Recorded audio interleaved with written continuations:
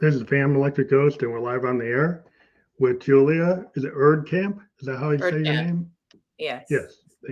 So thank you for being a guest on the Pam Electric Ghost podcast. And Yes. we like to talk to people all over the world, and it's fun to have people here from around the world. And we're glad this is the first time you've been on the show. And Yeah. we'll be talking to you about like how social impact works. How can social impact work be profitable? That's kind of like the focus of what we're going to talk about today. Hmm. And that's one of the things that we'll put up here. That's the main point of what we're going to talk about. And then Hmm. we also have your URL up there. Is Yes. that like that's coxswainconsultings.com? Is that right? TopSwingConsultants.com. Correct. And that'll be fully clickable. So you don't have to worry about remembering that. It will be up through the show, but Mhm. that will be fully clickable. And so when we're published, everybody, all the podcast platforms, you can just click right through that. So we also do have to mention that if you see on the top that we are a podcast on the Newsly channel. And so we are a featured podcast on that channel, and that's an audio only channel. If you use that coupon code of Ghost, you can check that out for 30 days without having to pay for or subscribe to them.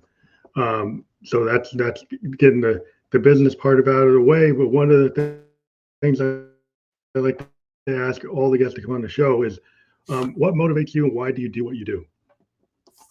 Yeah. Well, I think for me, the motivation is in the name, right? It's making an impact for our communities, our country, but at a very individual level, those people that we're improving the lives for, right? That's cool. So I mean, what made you want to get into? Initially, you were in type of work over time, like nonprofit type of work and Right. government work. What made you want to get into those places, and why are you where you are now? Maybe we can tell the Yeah. story. Yeah, I think the seeds were planted pretty early for me. I grew up in a family that military service, both my parents. So I think it was always about serving and being useful and adding value to this country. And so I grew up on a military base. And then when I moved off, we were struggling as well. My mom was a single mother, and we moved to a low income community ourselves.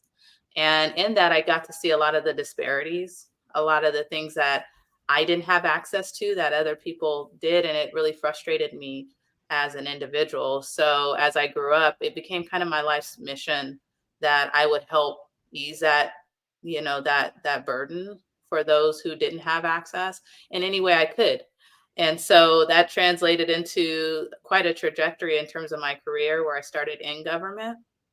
My first jobs were like out in the community for the county. And then I transitioned to the Section 8 office, like housing voucher programs, before I even graduated from high school.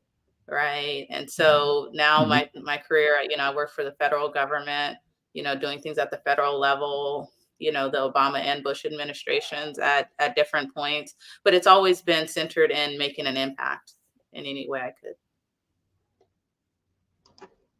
Yeah, I think that's good to pay it forward because a lot of times, a lot of people have, you're kind of driven to the career path. I'll be a doctor. Even they help people, but it's like a highly paid, specialized position, or attorneys and Mm-hmm. investment bankers, and the kind of it's kind of not like is maybe glamorous Yeah. to try to do it, but it's like it's focused. It's kind of like that Obama kind of talked about it when he was in office about wanting to do that work for the community Yes. organizer. Like Yeah. that really like set a light on a lot of people. It's like, wow, yeah, it's like a JFK speech. Hmm. It's Yeah. like So that I kind of think, brought people in. yeah, I think for me, it's, in those examples you gave, you're a doctor, you have a title, right? But at the same time, my goal was, what have I done for other people? Right. Hmm. And, not just climbing, but also lifting others as I climb. And so, and a lot of times I've talked about this, where I was the first or the only, my goal was don't be the last. Yeah. So opening those doors for other people, has been really, really important for me. So That's a hard thing sometimes because I think very hard. sometimes, when you have a shade like we do and we get in the Hmm. organization, Yeah. sometimes you would hope that you would want to lift other people. Yeah. But I Hmm. have actually been out there. I'm a child of the 70s and my 50s, late 50s. Yeah. And a lot of folks, they'll get in there and they're like, they want to shut the door. Yeah. Because Yeah. they're kind of scared. Well, I'm lucky to be here and I don't want the next person taking my position rather than thinking, wouldn't it be nice to have some other people around here that maybe have have some background that's similar to me? Yeah. And I think there's two pieces to that. I think one, it's scary to hold the door open, right? Because sometimes there's a tremendous amount of backlash on those who hold the door open for other people. And so I think the motivation isn't always malicious. I think it's just a scary place to be because you don't want to draw attention to yourself, Yeah, right? And be in the crosshairs yeah, of, other people's anxiety as there becomes more and more people that look like you at the table, right? So, yeah. That's yeah, a hard place to be because like it we is sometimes like you get people like just question your credentials because of your shade, you big know, time. where other people they don't question, but it's like they don't consider how much work that person does to get there. Yeah. And they tend to have to be extremely, Tough. good, Yeah. right? Good and tough. And really tough, have a Mm, hard, skin and be able to deal with yeah. all the derision come from multiple sides. And it's a hard road to go to get into professional life, But Hmm. what's the biggest takeaway about spending time in government? Because I've been in a lot of private industry, Hmm. um, and I really haven't had as much experience. So I'd kind of like to just, I'm curious, Hmm. what's your biggest takeaway about spending time in the government and like maybe the different, Yeah, well, I've been on both environment? sides, right? I've Yeah, been in it, and then now I'm advising and consulting government. And I think one of the biggest takeaways for me is that it takes all of us, right? So if as we're approaching election season, right, a lot of focus is put on whoever's at the top, right? And it requires a lot of effort and a lot of cooperation from everyone, within the organization, within the administration to actually solve these problems. And so a lot of times that's kind of the role I play too, is kind of being that connector, that translator, the one who's like holding everyone's hands and reminding them of like why we're here.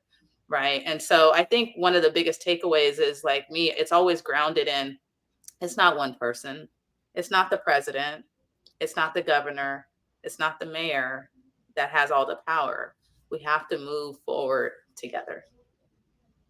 yeah, it's interesting, trying to get the people to, because a lot of times people are kind of tuned out. It's Yes. kind of like the hippie They're kind of thing. jaded. It's like tune in, turn on, turn out, drop out because they get so jaded by like the Very, news cycle. And if the yeah, news cycle has all this negativity and very it much. tends to show the government, oh, government doesn't work. Government Hmm. doesn't this, government doesn't that. And so Yeah. then it's like, what do I need it? I don't need to even be involved. So, you don't get involved with your local city council. You don't get involved with the school board. You don't know Hmm. what your state government's doing. You don't know what the federal government's doing. Right. And Right. you might get a filter from some person on social media, and that's Hmm. not the news. That's And not so the you news. might, yeah, so you might be being told X, and Yeah. X is not even true.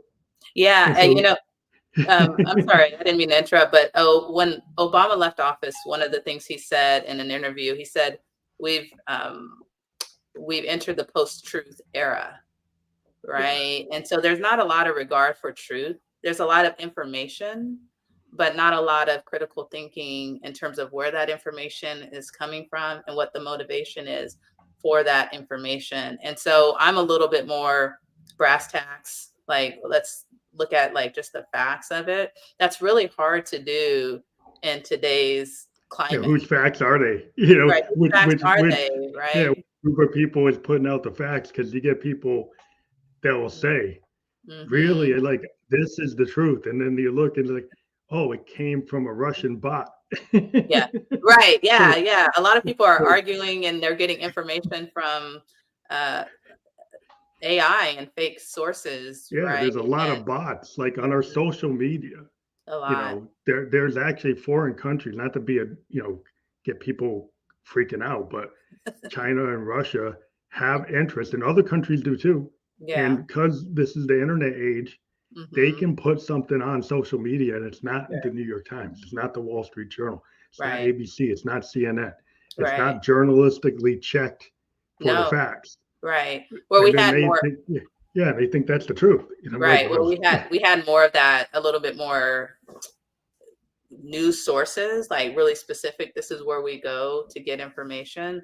Now we just Google something, and what we actually have entered into. And I know we're going to talk about social impact, but we Google things, and what we're really looking for is an echo chamber, right? Something oh, to what you already validate. believe. Yeah, what It you already validates believe.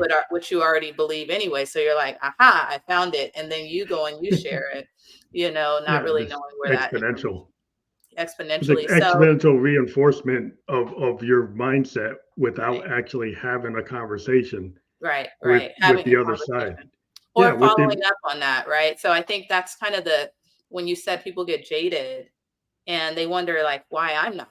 Well, I'm in this work every day, right? And I see the impact that it's actually having, and some of the innovative ideas, the things we're doing, the opportunities we're providing for youth.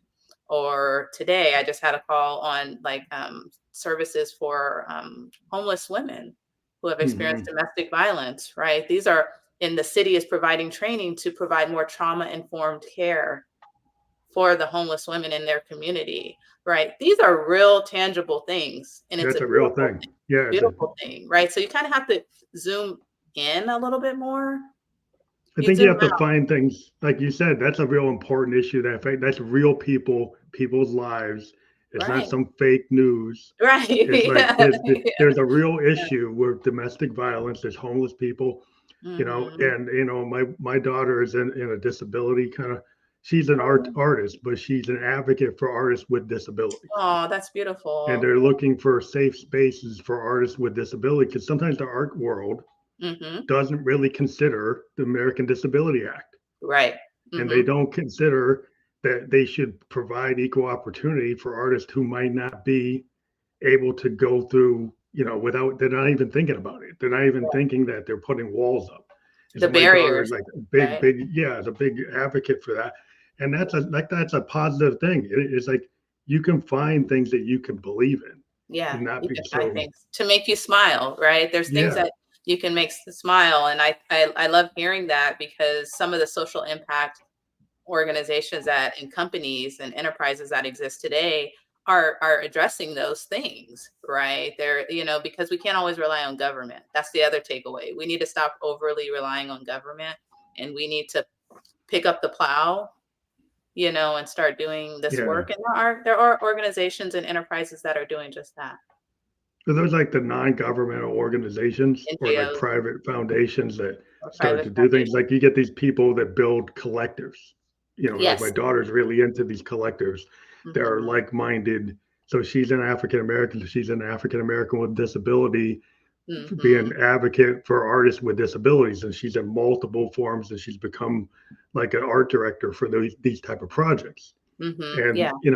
they look to see if they can get private funding, government grants, but they have their own.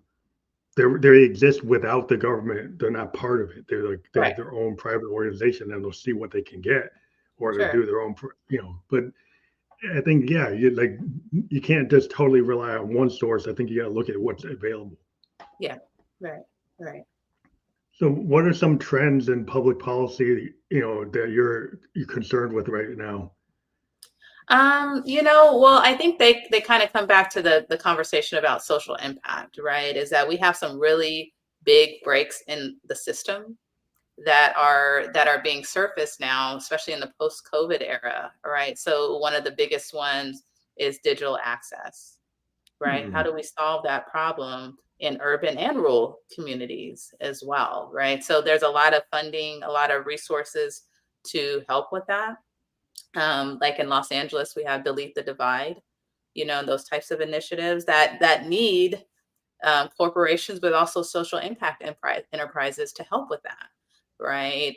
The other trend is that's really big right now is, so when we talk about social enterprises, it's social causes, but also environmental causes, right? Mm, And so we're talking about green initiatives. That's a huge trend right now, and yeah. that's really where we need more nonprofits, but also social enterprises involved to help solve those problems and get us to zero emissions, right? Yeah, because you get some folks, with like both of those initiatives, the internet, is core. Like what we're doing is Right. because of broadband, Yeah. because Hmm. I'm able to talk to people like in Japan, in Right. Europe, and all over Yeah. the world because I'm able to have a high speed signal. But if you're in some area where it's rural or in the city where you Hmm. can't get that, or you don't have the tools, you don't have the funding to know, oh, I need an iPad, or I need a MacBook, or I need at least a Dell, or so you need a computer, you need Hmm. the broadband, you need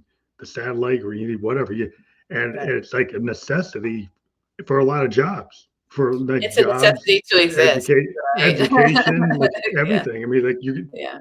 just schooling, your doctor, connected to your doctor. There's a lot of things. It's like, is it to a point where is it a right to have access, or is it a Yes. privilege to have access? No, Do it's a you right kind of now. deal with those Yeah. things? It's past, we're past the internet access being a luxury, right? It's a necessity the same way that water and Telephone, electricity, yeah, it's now a utility. And we are treating it as such now, especially when you talk about education. We saw this during COVID, yeah. right? Where People got children were grants, not right? able to participate in their education because their parents couldn't afford broadband access. One of the most heartbreaking things we saw in Los Angeles, I was down in Southern California. I'm in the Sacramento area of California now. But in LA, there were kids sitting outside on the curb at Del Taco and different fast food places, Want to pick up the Wi-Fi? borrowing their internet because they had free Wi-Fi. And they had to sit there all day. Wow. Had to sit there all day just to And get they did. just to Did they ever participate in solve class. that? Did they ever solve that and provide vouchers for the internet, or? Well, that's, Right. yeah. So the Affordable Connectivity Program now provides low cost internet access, but the hands that are needed are from enterprises that educate people that this is even available, right? Yeah, you Because probably it's don't there. even know how to get it, right? A How do lot you? of people don't even know. Well, that's the thing is like, you don't see the public, what do they call them? Public service announcements, like on Yeah, regular TV, like, right. or radio, like out in the 70s, used to see these all the time. I don't Yeah, see them as much. but And, here's the thing. When's the how last do time you, I haven't seen a commercial and I don't know, about 5 years, right? Like I don't even know what um, commercials look like anymore, just because of the access that we have. And if you don't have oh, you internet, don't have to, you kind of weed them out. You weed them you out weed them because they're like out, you're on right? Netflix, so you don't want to see it. So then you Yeah, don't get it. So if yeah, you're on Netflix all day, how do you get that public service announcement through? right, And maybe there's some regulation through the FTC or FCC that right, says, yeah, even if you're on right. something like that, there's a public service necessity to once in a while put something through.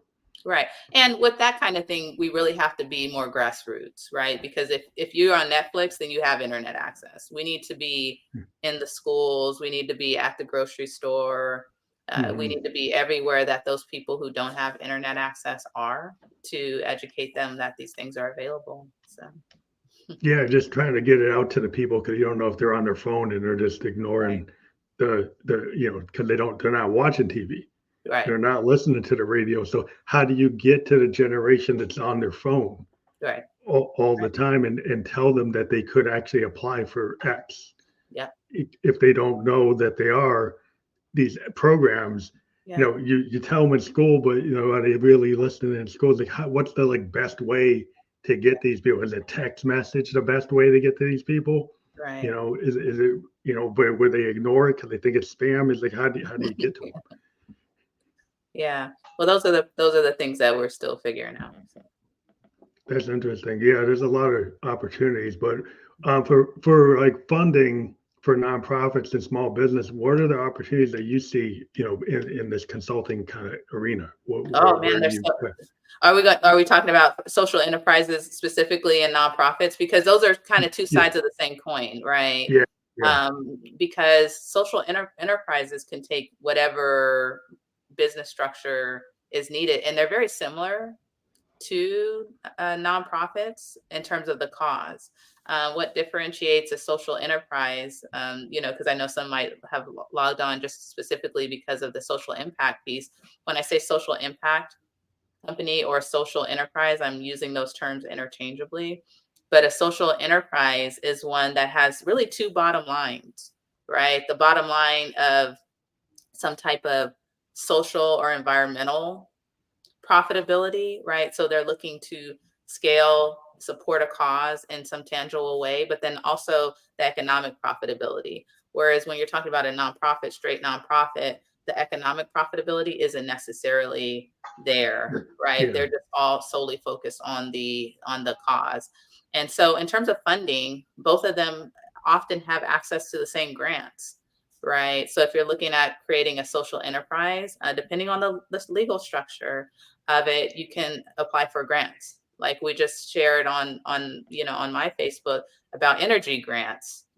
So if you want to go in and educate on recycling, right, and renewable initiatives, which is a social impact endeavor, then you can apply for these grants, right? So those are always available for nonprofits or social enterprise organizations. So there's usually grants, but usually when you're looking at the social enterprise piece, the part that kind of shifts over is you might start moving towards investors, right? So Hmm. the ultimate goal is profitability for a social impact or a social enterprise organization. And so you're looking at investors and eventually some type of solvency of that company where it's self-sustaining and it's actually making some type of profit on its own. So in that kind of way, you're building like a private foundation that actually can make is not totally nonprofit or a private enterprise. Yes. So they're LLCs, or they set up like corporations, or they It set can up be like. any. Yeah. So a social enterprise can be any type of business structure, right? It can be a corporation. So, but it just depends on what the goal of that nonprofit, or excuse me, the social enterprise is. So, like a couple of examples would be a social enterprise could be a cross compensation type of endeavor, right? And so when you're looking at that, one group of customers pays at or above the amount, and that helps subsidize the cost to those who are underserved or low income or unable to pay Oh, for those services, right? So an example of that would be BioLite. If you all want to look it up, BioLite stoves. So BioLite stoves is really cool because what they did is they noticed that in certain um, undeveloped part of the world, women in particular were suffering from cardiopulmonary disease from burning like wood, right? So they're inhaling as they're the cooking, carbon as effects of they're the wood. yeah, they're breathing all of this stuff in, right? And so it's causing cardiopulmonary disease. So BioLite created these really innovative stoves. They sell these stoves. You can charge it with a USB. It's really, really innovative. And so they sell those at or above, you know, market price to those who can afford it. That subsidizes Oh, the their stoves efforts to in the the women, third world yeah, or to around the the women world. in Yeah. the underdeveloped parts of the world. And so that's what we would consider a cross compensation Well, that's like a model. cool way to start something, because then you're not, you're kind of running like if you're an entrepreneur and you're used Right. to building a company that it has a profit structure, you're just Hmm. using part of that profit structure to subsidize a goal.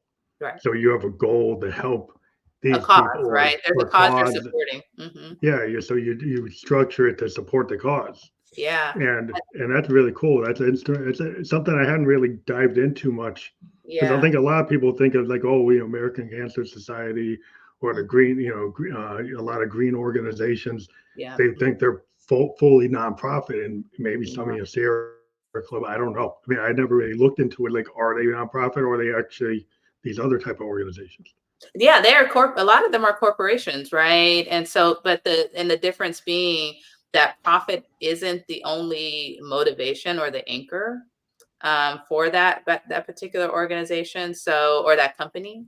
So if you look at probably one of the more popular ones now, Etsy, which everyone is Everybody's like, into that. buying and patronizing now. Well, they actually are a social enterprise, and the goal being for them to be the market connector or a market intermediary. So when you're talking about underserved, underrepresented artists, like your So daughters, micro artists, well, micro micro artists. entrepreneurs that are able to, create their wares and then sell it on Yeah, in this marketplace that is supportive and doesn't have like crazy entrance fee. But like that's always been the problem. A lot of times it's like the gate. there's a The barrier. gatekeepers Yep. have created these gates that are so hard to get over. It's like can I afford like the Yeah, franchise? Right? yeah, How can I get into this if I don't have the money to get the license or the ability to be in the distribution network? Which as a yeah, musician, that's been one of the big changes in music is we can kind of go indie. We can be very micro level and then build yeah. up based on whatever happens. And Right. so like Yeah. the idea that you can actually get out there without Mhm. having to have so much upfront investment is interesting, and Yeah. useful. Yeah. So a lot of social enterprises facilitate that relationship between the underserved and the market, the broader market. So what Etsy's really doing is for a small fee, amplifying the reach of those artists or whoever that's on that platform. So there's a lot of different ways that a social enterprise can you know make it self-sustainable, and for them it's like a fee, right? Mhm. And they continue to amplify. BioLite is selling products and then also ultimately subsidizing their cause. So there's different ways that a social enterprise can manifest. And then I guess we dive into like the funding opportunities and we start to think about the difference between like, private grants and government grants. And Hmm. now we've talked about, oh, well, you have these nonprofits and you have these other types of structures that are not nonprofit. Right. So, and you said both of them can kind of go for the same grants At times, not at always. times, not always, Right. but maybe there's some cross patterns or Oh you yeah, know, no, for sure. Yeah, there's times when you can, depending on where the funding is coming from and based on the requirements. There's some really generous private investors who will see the point of a company, even if it's a corporation or a S corp or whatever the entity is, and they'll help fund it, right? Because they see ultimately the benefit.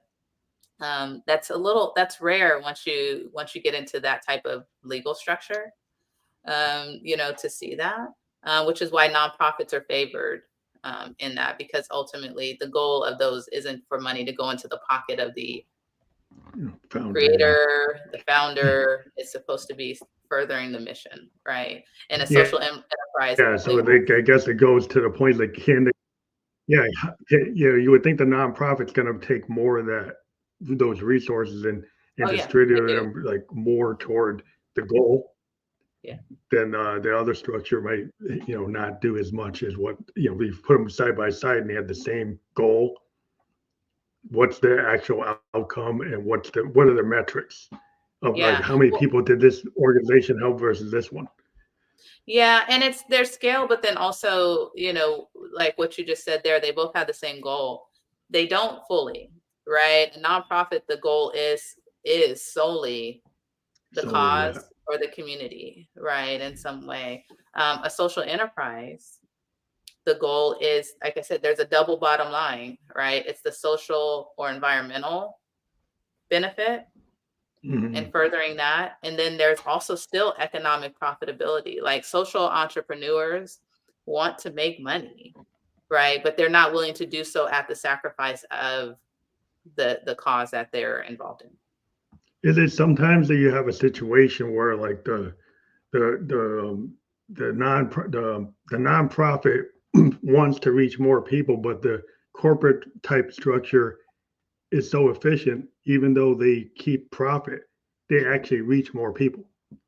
Often, right? Yeah, corporations often it's easier to have uh, to scale Yeah, often economies of because you scale, right? have investors, right? And those investors are by virtue of their name invested in the success of the company. So and they get that money back, right? In dividends, et cetera. And so they are very interested. So it's easier. I'm not saying it's easy, it's easier if we're comparing it to a nonprofit for a company that has a proven track record and showing that it's being successful in a space to scale appropriately. So if you think about like what I just shared, there's a lot of companies that are out there that are actually social enterprises. There's some shoe brands that Yeah, are out that do that, and so they take the profits, they mark it up for us, and then they yeah, subsidize providing shoes for those in the underdeveloped world or low income communities, right? yeah. I think there's a sock brand that does that too. Is a You stock brand too. Yeah. Yeah. Yeah, so it's like sometimes they might be able to reach more than like if you had a total nonprofit organization, like you want to do it. It's like at the end of the year, it's like they actually reach more people, gave out more Yeah. socks than you did. And like, Yeah. oh Yeah. wow. Yeah. And often it's like a corporation will create a foundation, right? So if we look at, like, for example, Selena Gomez has Rare Beauty, but she also has Rare Beauty, the foundation. And that company, or excuse me, that part of the company just funds like a lot of work in communities, Mhm. and the goal isn't to profit, right? The goal is just to keep, but now that she has the reach and she has the attention of people, it's easier for her nonprofit to get that kind of funding and there to see them to see value in supporting the Rare Beauty Foundation. Yeah, so it seems like you can kind of structure however you want to scale based on what your goal is Right. and what your intention is as somebody who's trying to help people, because it's like at the end of the day both organizations have a goal to help people, maybe at certain levels. Mm-hmm, You mm-hmm. have to decide what the level is of Right. what you're trying to do, or the reach of Mm-hmm. what you're trying to do. And it's like if I want to reach 1 million people, is Mm-hmm. this structure going to work better than this one? Yeah. If I Yeah. say if I want to reach this niche community and I got to hit 50,000 or 30,000, what you have some kind of goal, they want to do Mm-hmm. assistance to this many people if I can, Right. you know, then you start to try to figure out like, well, what kind of plan do I need? And Yeah. it really, I guess, in terms of consulting, like people come with business plans, and then for this type of stuff, you need to have a plan that's a business plan, but it's like it's a service plan, or for foundations, or what kind of plan would you call it? Is it still like the same structure as a It's the business same. plan? Yeah, yeah. A nonprofit has to have the same thing, right? They still need to have a business plan. They still need to do market analysis. They still need to do financial forecasting, because the goal is for a nonprofit to at some point be self-sustaining too, right? It's not profitability; it's self-sustaining. And so you still need to go through the same rigor. Both are extremely, extremely hard, right? That if someone asks me which one is easier to go the business route or the nonprofit route, they both are extremely hard, no matter what. Nonprofits die on the vine just as much as small businesses. The only difference is nonprofits is harder to identify, so people are kind of on life support with nonprofits and they just have the Mm, entity and they're not really doing everything that they wanted in terms of impact. Whereas a business, it's really hard to do that, right? Because you're only going to pay so much into a business before you walk away. But both have the same rigor, and people should approach them with the same rigor. So if you have a cause that you want to support, you really need to be willing to put in a lot of thought and effort into designing the solution and not just throwing up I have a nonprofit, I have nonprofit status, right? I have a 501c3. Like, yay, I made it. You didn't. You just started. Yeah, you got to make a certification, but you have to have your business plan, your marketing strategy, and then you Yeah. have to have like your structure or your organization. Like, what's your leadership structure? What's your decision structure? What's your Hmm. like accounting structure? So I Yeah. think if you're a corporation, you have your general ledger, you have the accountability of like a board of directors, you might have shareholders or people who are Yeah. investors, and you've got a structure, and you've Yeah. got lawyers and people, accountants and Hmm. actuaries. So when you have the nonprofit, like, oh, you probably can't have maybe to the nth degree that the corporation has, You should. or do you have the same level of Yeah. rigor? The nonprofit is a corporation that is not for profit. But still So has that you still so have an so you actuary and still a need general to in your you need to accountant. have you should have a board. You need to have expertise. You shouldn't have your cousins like advising you. You want to make sure, like I said, you want to do your due diligence and give that cause the intentionality that it deserves. Right. Oh, that's another thing. So you want to have a corporate structure that's Hmm. maybe not like, like if it's a sole proprietor, you can pick your cousin and your brother and You your shouldn't. It's you get some organizations, it's all yeah. family. It's like Yeah. the whole family is the structure of the corporation. And you're Hmm. like, Hmm. what kind of accountability, what kind of controls? Yeah. Like if you're into like accountants and actuaries, they're looking for the controller, and like Right. who's monitoring the best practices and who's making sure that they're actually following the best practices. And if you're Right. kind of too close to the You're too CEO close. because you're a family member or you're the Yeah. girlfriend or your wife, it's like you probably need to have some like legitimacy. Like, do they have the qualifications for that role? Yeah, Can and they? often the answer is no, right? The answer is often no. So, as I work with nonprofits and, for-profit businesses, and some of them, I have to tell them they're doing the type of work they're doing. Do you have the right skill sets involved to actually be providing those services, And so, like, a good example of that, there's one that's doing like trainings for uh, schools, like for like emotions, just in urban communities, especially like young boys, black and brown boys, Oh, okay, struggling like with, a lot of counseling. Yeah, toxic environments, trauma, things like that. Well, you can be really passionate about that, but what mental health s- counselors and specialists have informed the curriculum and the training that you're providing? That's very dangerous to walk in as much as you care about that cause. It's very dangerous to walk in and provide training and it's not informed from a yeah. If you trauma. don't, yeah, if you don't have a PhD or a certificate, you're not a You don't even have therapist. that. Yeah, you need to be an expert in that particular area, right? And it's like, well, but that goes back to, don't they deserve the best, right? If you found this area being a worthy cause, wouldn't you want to provide them the best care and training and support that you Yeah, can get? you make sure that people have the right skill set, because you could have a Right, lot of heart that you want to do it, but you're not a clinical psychologist, or like right, you're not like a certified therapist, and you could have a lot of empathy. But if you wouldn't you want the people doing that work have gone through a certain level of training that it's consistent right. and it's following some recognized Yeah, process. So yeah. Yeah, I care a lot about the arts in urban communities, right? I think it's important. I think we underemphasized it too much, like musicality and art and things like that. But I don't play an instrument, so what do I look like going into and saying I want to provide, you know, guitar classes to the youth, and I'm sitting there and I have no idea what I'm doing. It's the same, right? yeah, It's the same. yeah, you It's want just to, less, yeah, it's less yeah, visible. you're not going to teach like I'm a synthesist. I do synthesizers. Like Hmm. if you want somebody to teach people how to use Yeah. Moogs and Rolands and all kinds of Yeah. synthesizers, you don't have somebody like, Yeah. I have no idea what you're saying, but I know, see, yeah, that's the point, right? yeah. I mean, it's like if somebody's going to play a piano, like they probably should know how to Yeah. play a piano.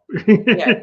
Right. Right. Yeah. You're They right. can't say, well, like I have an ambition to play piano. I want to bring piano to the youth, and they can't teach scales, and they can't Right. teach chords. They don't know Hmm. theory. Yeah. Well, what are you going to do? Like, Nothing. you could maybe give people pianos, but you still need real teachers to teach them how to use it. Right.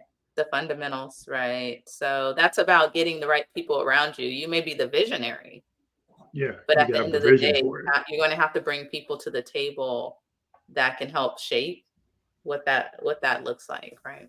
And that's Yeah. within business. A lot of times in business, like the executives don't know everything that the designers, like that the managers and the actual programmers. I'm in software design. A Mm-hmm, lot of the mm-hmm. executives, they don't know anything about code. Right. They probably came from other industries. So Right. they know about the business plan. They know how to Mm-hmm. manage at that level, the kind of Yep. 50,000 foot level. Yep. Mm-hmm. They depend on the architects and the designers and the coders and the business analysts to actually do the work. Mm-hmm. Mm-hmm. They'll Yeah. have the plan that the shareholders, they want to make the company profitable. So they'll be Right. on us to try to make sure we hit our deadlines and we do what we say we're going to do. But they Right. don't know they don't really know what we do. Right. And it's not their job to know, right? They Yeah, they brought you to the table to do that, yeah, right? And so that's yeah. the same thing, right? That's the same thing whether it's a nonprofit, a social enterprise, or a solely for-profit corporation, for sure. Yeah, I think that sometimes people don't realize you can't be a jack of all trades, a master of none, if you want to Right. be successful. Right. It's true. That you do have to have some rigor to like figure out like what position should I be in. And maybe you're the advocate, or you're the person that's like the evangelist for what you're trying to do, and Mm-hmm. you get the energy in the room and you bring the right people together. Yeah, exactly. Yeah. And then they probably That, talk to a person like you who's a consultant who's been in it and then knows right. like if somebody's weak at something, Yeah. like how do I is that kind of what you do as a consultant? Do I you do. figure Yeah. out Yeah, because I've been on where the both gaps sides, are? right? Where I've been the fixer, right? And you mentioned technology. I've been a technologist for a long time. I was a business analyst at one point, and I've done that project manager, to running a EPMO, right? And so I've been on both sides, of it. And so I know enough to kind of identify things that need to be done often. And so my role now is kind of that, right? That visionary, right? Like let's design that future state. And then the next question is, well, how do we manifest that? Right. So, and that varies depending on whether we're talking about nonprofits or businesses, because I work with both, right? If we're talking about nonprofits, we're talking about grant funding, we're talking about building your board, right? We're talking about maybe doing a little bit of planning for your nonprofit, a little bit more strategic planning for your nonprofit. Those are very similar on the for-profit side too, right? And so then I'm now that liaison between them and government, because all the connective tissue between everything that I do is that we're solving a problem, Yeah. right? So we need to we're solving a problem. I don't just work with companies that just want to make a lot of money. There's some social value Yeah, there's a to the work business that they're case. doing. Yeah, I'm a business analyst, so we have a business case.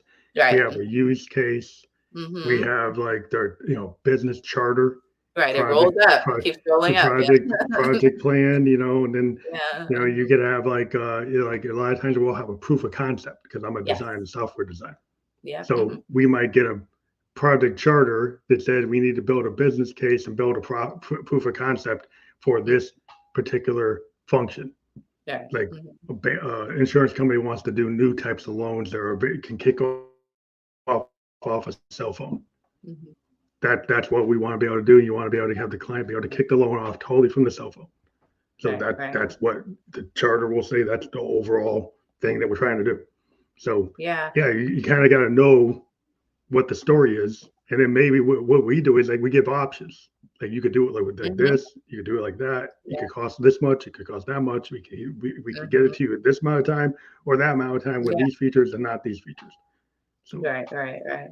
Yeah. So even in that, yeah, some of the work, one of the benefits of the social impact work is all the way down to that level, the morale of people, the work that they're doing, having some type of cause or benefit, right? So if you can imagine, okay, I'm designing a platform that allows, women who've experienced domestic violence to access funds to restart their life, right? I'm building a platform, but my platform has a purpose, right? If it's okay, we're designing, this, platform, and it's for, youth in urban communities to learn digital literacy, Oh yeah, has it's courses all like these allow things. courses. Yeah, courses so they Yeah, get like a skill soft course and they can yeah, yeah, yeah, learn, get a certificate, and then that certificate could count toward like if you want to go get like yeah, a start in college, and maybe that certificate counts as partial college credit, or businesses that hire mm, need that skill set. There's right, certain right. skill sets like you need to know, Mhm. like to get an IT, like the Amazon platform, the AWS. Yeah, You start to mhm, teach people AWS, no matter yeah, where they're coming from. If they pass that certificate or they learn mhm, things like SQL and all kinds of other stuff, they could get in without yeah, having the degree. If they can show proficiency, they could proficiency, actually get into an mastery. entry level job. Yeah. So there's a lot. It's a very fulfilling space, to be in, because you get to kind of follow those things through. I mean, we do things from creating platforms to get homeless into shelters, right? How do we streamline that process so that we have less people on the streets? Like those things, those are You very get them fulfilling. to actually get back into the system, and they once they get it, so they're not on the street. Yeah. Then now you actually know that they're getting medical care, they're Yeah. getting food, Continuum of they're care. getting medicine, because they're getting back. You're actually logging them in, right? Yeah. Say somebody was like unknown to the structure of the system of society, and then once they get into that program, they Invisibility. probably they get their not some kind of ID, and then somehow they know when you get a medical visit, know when you're Yep. getting food, and know when you're actually in Yeah. the shelter, so you Yeah. can track people and actually know you have a better handle on the problem because you know how many Yeah. people So you here's the have. thing. That's the work that is being done now, right? And so that's why I don't get jaded, right? That's why I tune out. People zoom out too much, and now we're talking about this country and we're talking about this thing, and I'm like, but every single day you have an opportunity to be encouraged by the things that we're doing, and you can either be a part of it, or my whole thing is be quiet, because Yeah, there's a there's, lot to do. I mean, there's a there's a lot to lot do. to do. There's a lot of people that want to go send 1 million people to Mars, Yeah, and I'm yeah, like, yeah. okay, well, what about all these people in San Francisco on the street? Right? Yes, What about all those people in the we Cabrini are just Green, talking about that or today. Yes. in in Yeah, parts of yeah. different parts of Boston. I live in the Northeast, so it's like Mhm. we got issues in Boston. We got issues. I'm in New Hampshire. We got issues in Manchester, New Hampshire, with Yeah, people on the street. You're talking about living on the moon and Mars. yeah, Don't you yeah. think you should handle that before you go to the moon? Yeah, yeah, yeah. There's a lot to be done. So I invite anyone, if you're frustrated, use that energy constructively somewhere. Yeah, it just seems like there's a lot that you can do here and get less kind of like overloaded by the negativity that's out there in the internet. Yeah. But I think once you start to realize that you can have an impact, what kind of lessons learned have you had that really kind of maybe can inspire people? Like maybe 3 things that you've done that you think would really be inspiring to people if they heard that. Oh man. Well, I think it's just also from my origins. Like there's an organization called Hidden Genius here, and it started in the Bay Area in California, and it was about getting young Black boys into technology. And there's several for girls in tech as well. And I've spoken and mentored, individuals in those programs. But one of the things that is important for me to share with them is I've been where you are, right? I think sometimes you kind of come in, and for them, it's like you come in and you kind of like you're glowing, right? You're just like this person, Came and from they like they outer they read space. my resume, and I'm like, but no, I was that girl. I was in a single parent home. I struggled. I didn't have access, and I didn't always have the right support, other than my mom, but I didn't always have the right support to get me to where I was going. And so anything is possible, right? I Yeah. think that's one of the things that, hopefully the story that my life tells is anything is possible. And then the second thing that I think was really, motivational for me is, and I mentioned it before, working under, two presidents, which people are surprised about. But one of the benefits that I have in doing that is I've learned how to pivot and see things from multiple angles. Yeah, both You angles, because know, we're in a two-party system and being in very two part. different government systems or different administrations. I think that's a rare opportunity That's a very rare, right? So because some people are such in it's so in their camps yes, that being able to be yeah, in both of those administrations, you hmm can see wherever there can be compromises and agreement, yeah, and then different points of view, and then if you can understand where they're coming from, yeah, you won't like just add a hat to say, well, I don't understand them. hmm Like, or just dismiss yeah, where they come from. I think the communication has to happen. You got to have some level of understanding and empathy. And if you hmm would just stay in your camp and so I'm never talking to them, right, right. then how are you ever going to do anything if you're never going to talk to them? Yeah, yeah. Well, you're not, right? And we, like I started with, we need each other. And that's been really important for me, because I had to always take a nonpartisan lens to the things that I'm doing, because eventually I have to talk to, all sides, on these things, and so you can't hang your hat too hard, and, one way or the other. And then I think for me, the other part is, when I was in college, I was on a certain path. I wanted to be an attorney. And I realized that that was not the way that my skills could be best leveraged. Right. And so I think sometimes we're really intimidated by a pivot. And I think that's the third one. Like, don't embrace the pivots. Yeah. Now I've been in several industries, renewable energy. I work for Homeland Security. I did water rights. I've done technology, Well, you homelessness, seem to be, domestic violence. yeah, you're willing to go Yeah. where you feel you need to be, and Where it's not the fire always the same. is. Yeah, it's not the I know same where the thing. It's fire like is. Yeah. I Yeah. think it's a really cool thing because a lot of times we've been taught to hmm be very narrow, Yes. and you seem to Yeah. be very expansive, very Mhm. broad, and I think it's really cool to have that. And as a musician, we get into these ideas where like you get only good at like bebop, and that's Mhm. all you Mhm. do. Like, Yeah. or all you do is fusion, or all you do is funk. Mhm. And a lot of times it's really crossing. It is When you cross. cross funk with jazz, when you cross rock with funk, when Mhm. you cross Beautiful. Mhm. country with rap, you Yeah. get different things. Yeah. And those things are actually valuable, and you start to talk to different people, Yeah. and you learn a lot. And it's, even though I'm talking about music, it's the same idea. It is the When same you idea. Yeah, because one of the things early in my career someone said, and borrowing from music, they said, "Julia, you're a synthesizer."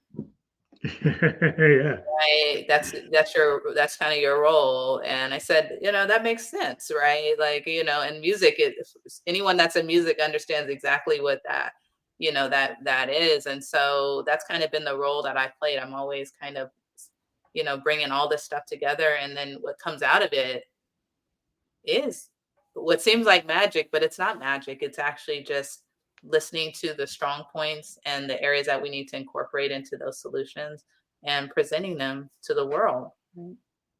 Yeah, a lot of times like people don't get like music, but like the synthesizer takes a wave and runs it through Mhm, a workflow where it becomes mhm, a sound. So it mhm, takes like a mhm. square wave and then turns that into a bass. Yeah. And so Mhm, by the time you're done running through all these processes, you get something that you can understand. Right? mhm. And sometimes it's that process, but I don't know what happens when it goes through the oscillator, then goes to the envelope generator and the filters. Like, what's all that? But what Right. the people understand on the dance floor is the bass. The base, They, right? It's been all this yeah, magic they happening over understand. here, right? Yeah, but they You know. understand that bass when they hear that thump, they hear that Bootsy Collins thump, and they're like, "Oh, I know Yep. what that Hey, is. I there know we what that go. funkadelic. I know what that is." It's like, They well, I know what kind of that get is. in the They weeds. recognize that, Yeah, right? yeah, you get to the weeds of like everything has some kind of weeds of like how did you get to it? Right. And there's a lot of people involved, like people like yourself, they're involved in how do you get this organization to actually be able to achieve its goal. Right. Right. And Mhm. it's as simple as like a workflow and Mhm. understanding and being disciplined in that workflow and understanding. Like, Mhm. what are all the inputs? What are the outputs? What are the outcomes? Right. What do I need to know? What are the rules? And once you know that, then you can be successful. And I think, being able to talk to a person like yourself, I think that would help anybody who's on that journey, Yeah. that's trying to understand nonprofit or different types of profitable businesses that might still have a desire to help people. Hmm. Yeah, absolutely. That you captured it perfectly. So. Trying to thread the needle. Mhm. Mhm. Yeah. But yeah, it's always interesting to talk to people from different walks of life. One other thing we always like to ask people that's kind of a different Uh-oh. question is what are three things about you that you don't think people would immediately realize that they would Oh find man, interesting? people that are just watching. Yeah. Um. Wow, I love to dance, which depending on your view of like of me would probably be surprising. I'm a dancer. I love to dance. That's one of my my things. Probably another thing that is I have such a serious job sometimes. And I'm actually a really, really, really goofy person, right? And I love I to have wouldn't say that. fun. And so all might have captured my son was running down the stairs and then he forgot that I was like on a call because he's like ready to go and play, He's like, oh wait, like that Uh-oh. mom isn't on yet. That's the work one, right now. So we're always ready to go. We're always, ready to play. And I love to bake. Oh, bacon. I love a kitchen. I love being in the kitchen and making magic, there. So I guess those are my three things. Well, I'm glad that you shared that with us. We like to do that because it gives people a different kind of picture. We've been talking about a lot of things that are like, Mhm. serious and direct Yeah, about what you're into, but we kind of give that to kind of give a human kind human. of picture like, I'm of not what a you're, bot. yeah. Okay. Yeah. Yeah. So, Yeah. That's kind of why we do this, these live things. Cause like, it's not, it's not perfect. It's not, things aren't always perfect. You're always striving yeah. to get where you need to go. You just got to show up. And like a lot of times just being present is a lot Mhm. of it. But I want to let people know that we do have your URL there, and that will be fully Appreciate clickable it. when we're Yeah. published. And Yeah. we do encourage people to click that, and it will be clickable on major platforms like Facebook and YouTube and Mhm. Spotify and Apple that we're on. So yeah, we do encourage people to do that. And then when they click on that, what happens? What do Well, they? they'll learn about the work that I'm doing in particular around grants and government contracts and how Coxswain can help support them in capturing those funding sources. So if you already have an idea or you're already in business or you already have something, the ball rolling, going to that next level, right, is really important. And so I shared a little bit about the steps that they can take in order to do that. There's also some blog posts on is it a nonprofit or a hobby, like those types of things, why certain government certifications are important and can really help you accelerate your business. There's billions of dollars that go uncaptured by businesses in Hmm, government contracts. And they come to me and they say, why aren't Black owned businesses applying for these grants? We have set asides, wow. so that happens every single year. Well, we So need they'll learn to about get on the ball and get talk on to the board. people like you.